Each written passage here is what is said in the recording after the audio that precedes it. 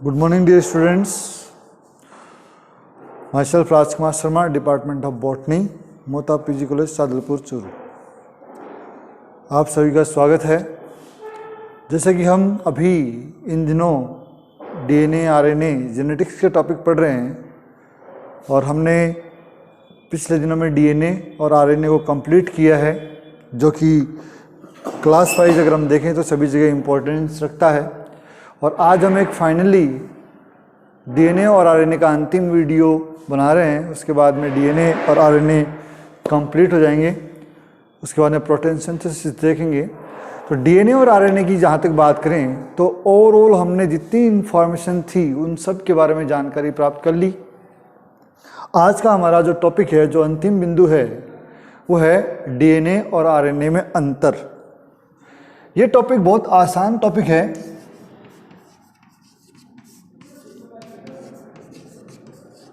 लेकिन अगर पढ़े नहीं तो फिर हमें अंतर 2-3 आकर रह जाते हैं और एग्ज़ाम में इससे रिलेटेड अगर कोई क्वेश्चन आता है तो फिर बहुत समस्याओं का सामना करना पड़ता है।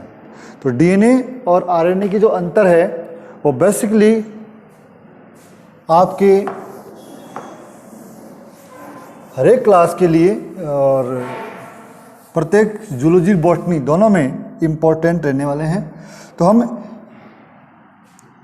आज इन दोनों के विषय में डिटेल से बात करते हैं, डीएनए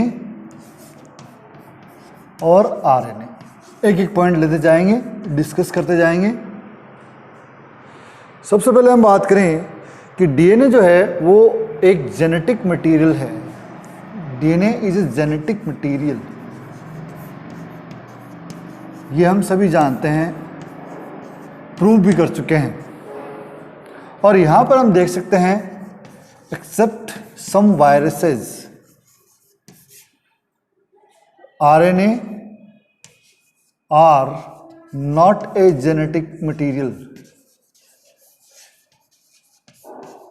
आनुवांशिक पदार्थ नहीं है। कुछ एक वायरस के अंदर जिनमें केवल आरएनए ही पाया जाता है, जैसे कि टीएमवी टोबैको मोज़ेक वायरस, वहाँ पर ये जेनेटिक मटेरियल होता है, बाकी ये काम में नहीं आता। तो फिर आरएनए करता क्या है? तो आरएनए का जो कार्य है वो है डीएनए की इंफॉर्मेशन को साइटोप्लाज्म तक लेके जाना और वहाँ पर प्रोटीन सिंथेसिस में हेल्प करना। तो ये प्रोटीन सिंथेसिस करवाता है, प्रोटीन निर्माण। ये हमने बात की थी। तो वो इंफॉर्मेशन देगा और उसका जो कन्वर्टेशन है या ट्रांसलेशन जो है वो बेसिकली इनके द्वारा होगा। पहला अंतर ये रहा अपना। सेकंड, दूसरा डिफरेंस देखते हैं। अगर हम बात करें तो डीएनए जो है वो आपको found in nucleus,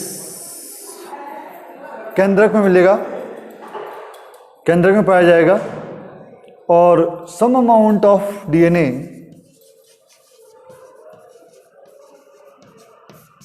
some amount of it found in mitochondria and chloroplast, वहाँ पर भी देखने को मिलेगा। इन दोनों जगह पर आपको, मतलब मेनली डीएनए जो है मेनली न्यूक्लियस के अंदर ही है।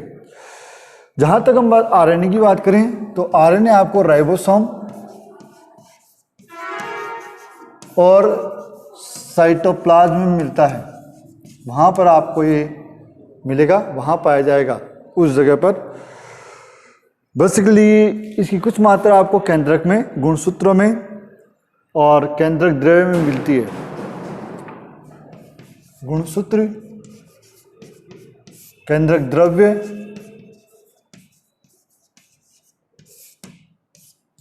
और डीएनए, इनके अंदर भी ये कुछ मात्रा में पाया जाए, ट्रेस एलिमेंट के रूप में पाया जाता है। ये आपको ध्यान देना है। तीसरी बात करते हैं, तीसरा अंतर, तीसरा डिफरेंस।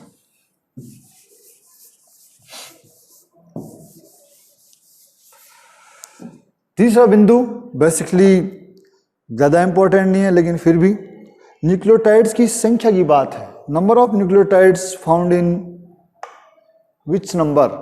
तो डीएनए के अंदर देखें तो न्यूक्लियोटाइड्स की जो संख्या है वो काफ़ी ज़्यादा है, ये करीब करीब 43 लाख तक होती हैं, करीब करीब, और यहाँ पर ये लगभग 12,000 ही है। तो बहुत ही बड़ा डिफरेंस है न्यूक्लियोटाइड्स के नंबर में। आप देखें कि डीएनए के अंदर 43 लाख तक होते हैं और यहाँ पर इनकी संख्या 12,000 तक ही होती है। तो ये भी एक अपने आप में महत्वपूर्ण अंतर है। नेक्स्ट नंबर जो है उसके बारे में बात करते हैं। नेक्स्ट अंतर, डीएनए बेसिकली डीएस फॉर्म में पाया जाता है। डीएस फॉर्म का मतलब हो गया डबल स्ट्रैंडेड अवस्था में पाया जाता है। अपवाद जरूर है इसके, कुछ एक अपवाद है, जैसे कि 5x174 जो बैक्टीरियोफेग है उसमें ये सिंगल स्ट्रैंड डीएनए के रूप में है, वहाँ पर ये पाया जाता है। इसके अलावा मतलब अपवादों को छोड़ दो तो इसके अलावा ये हमेशा डबल स्टैंडर्ड फॉर्म में ही पाया जाता है। जहाँ तक हम इसकी बात करें तो आरएनए मोस्टली 99% केसेस में सिंगल स्ट्रैंड फॉर्म में है, सिंगल स्ट्रैंड आरएनए होता है। हालांकि यहाँ भी आपको कुछ अपवाद मिलेंगे, कुछ अपवाद हैं जैसे कि रियो वायरस, वहाँ पर आपको ये डबल स्ट्रैंडेड आरएनए के रूप में मिलेगा। तो ये अपवाद आपको जरूर याद रखने होंगे, आपको याद रखने ही पड़ेंगे, लेकिन मोटे तौर पर डबल स्ट्रैंडेड डीएनए और सिंगल स्ट्रैंडेड आरएनए है। नेक्स्ट बात करें तो कुंडलन की बात करते हैं, कॉइलिंग की बात करते हैं। कॉइलिंग किस प्रकार की है उसके विषय में जानकारी प्राप्त करते हैं। कॉइल या कॉइलिंग, तो आप जानते हो कि डीएनए कुछ इस प्रकार की स्ट्रक्चर है जिसमें दोनों स्ट्रैंड 5' to 3' और 5' to 3' मतलब अपोजिट डायरेक्शन में जुड़ते हैं और दो स्ट्रैंड एक दूसरे के अपोजिट रहते हैं। ये डीएनए की खास बात है, लिपटे रहते हैं। लेकिन चूंकि आरएनए क्या है, सिंगल स्ट्रैंडेड है, तो ये सेल्फ कॉइलिंग दिखाता है, सेल्फ कॉइलिंग, जैसे कि हमने टीआरएनए के केस में देखी थी। इस प्रकार मतलब खुद ही आपस में ये कॉइलिंग दर्शा देता है, ये इसकी एक इम्पोर्टेंट विशेषता है। तो आप देख पा रहे हैं कि कॉइलिंग शो करता है डीएनए और आरएनए सेल्फ कॉइलिंग शो करता है। नेक्स्ट अंतर देखें,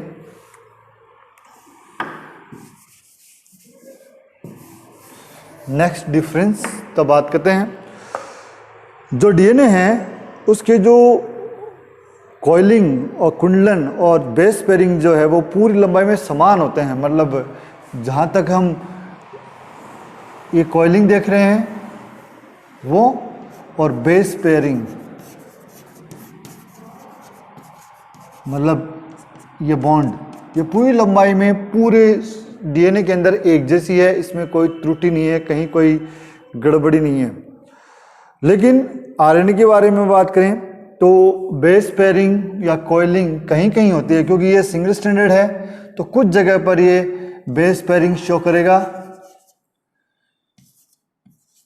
सम स्पेस या सम प्लेस शो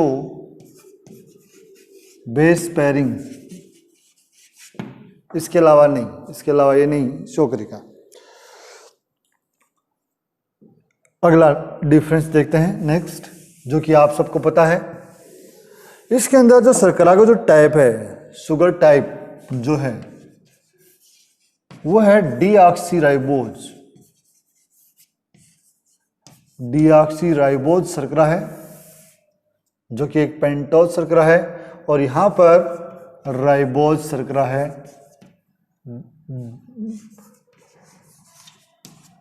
ये पाई जाती है। तो ये बेसिक डिफरेंस यहाँ हो गया, ये अंतर आप सबको पता है। प्रमुख क्षारों की बात करें वो भी आपको जाने, नाइट्रोजन बेस की बात करें कि कौन कौन से नाइट्रोजन बेस है, तो ए, टी, जी, सी पाए जाते हैं। यहाँ पर जो अंतर आने वाला है वो ए, जी और सी सेम है, टी के स्थान पर यहाँ यू आता है।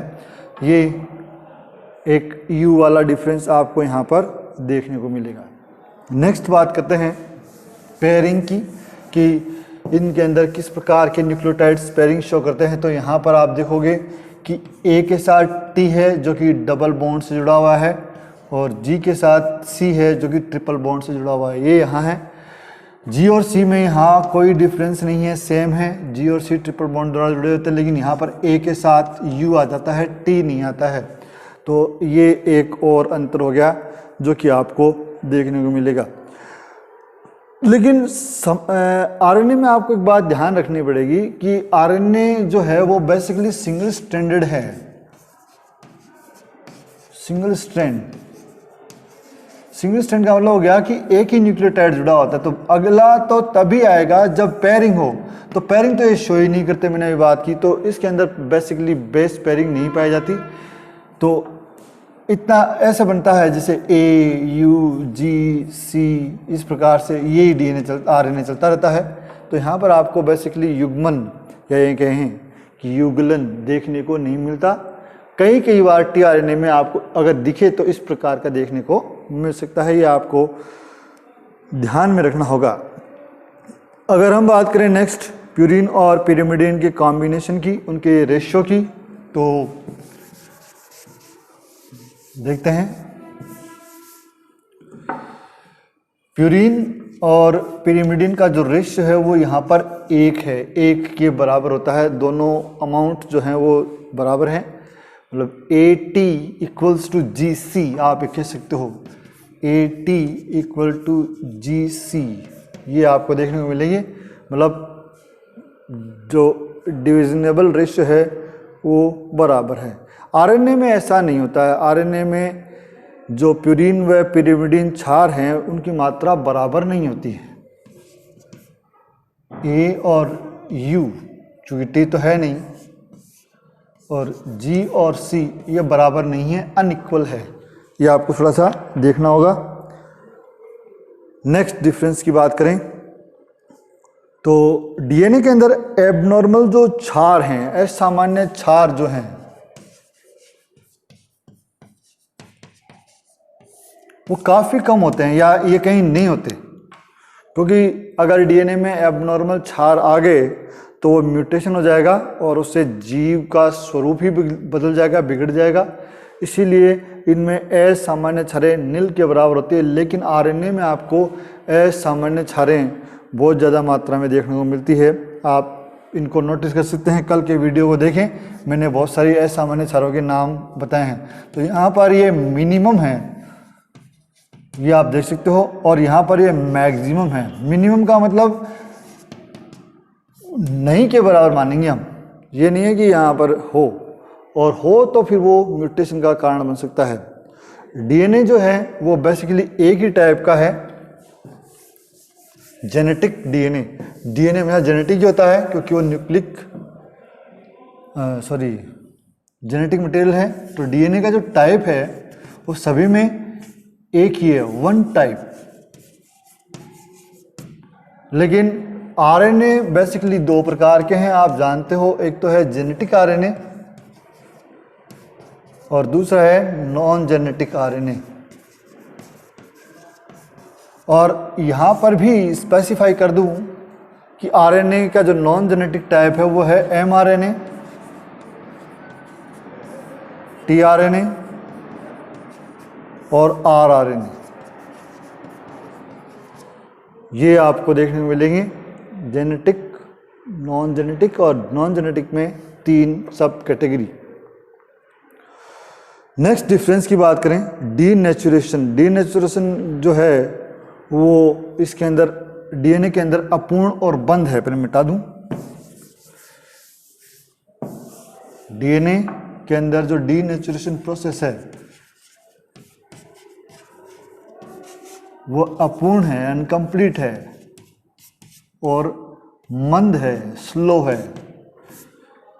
क्योंकि डीएनए जो है उसके अंदर डीनेचुरेशन नहीं होना चाहिए, और होता है तो फिर वो पूरा नहीं होता। और ये यहाँ पर पूर्ण है, कंप्लीट हो जाता है और फास्ट भी है, बहुत ही तेजी से होता है। ये भी एक डिफरेंस आप नोट कर सकते हो। डीएनए की जहाँ तक हम बात करें तो डीएनए जो होता है उसके रेप्लिकेशन से डीएनए बनता है। DNA produce on copy by replication, और transfer their code by transcription. Transcription की सहायता से ये अपने कोड को ट्रांसफर करता है। तो ये बेसिकली सेंट्रल डॉगमा स्कीम को फॉलो करता है, जबकि आरएनए में इस प्रकार की कोई प्रोसेस पाई ही नहीं जाती है। आरएनए के अंदर ये होता ही नहीं है, क्योंकि आरएनए जो है प्रोड्यूस बाय डीएनए,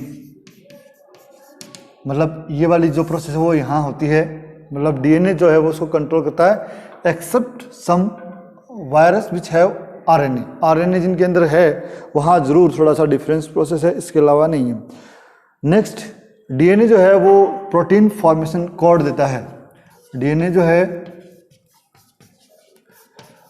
वो प्रोटीन फॉर्मेशन के जो कोड हैं वो प्रोवाइड करवाता है, वो देता है, ठीक है।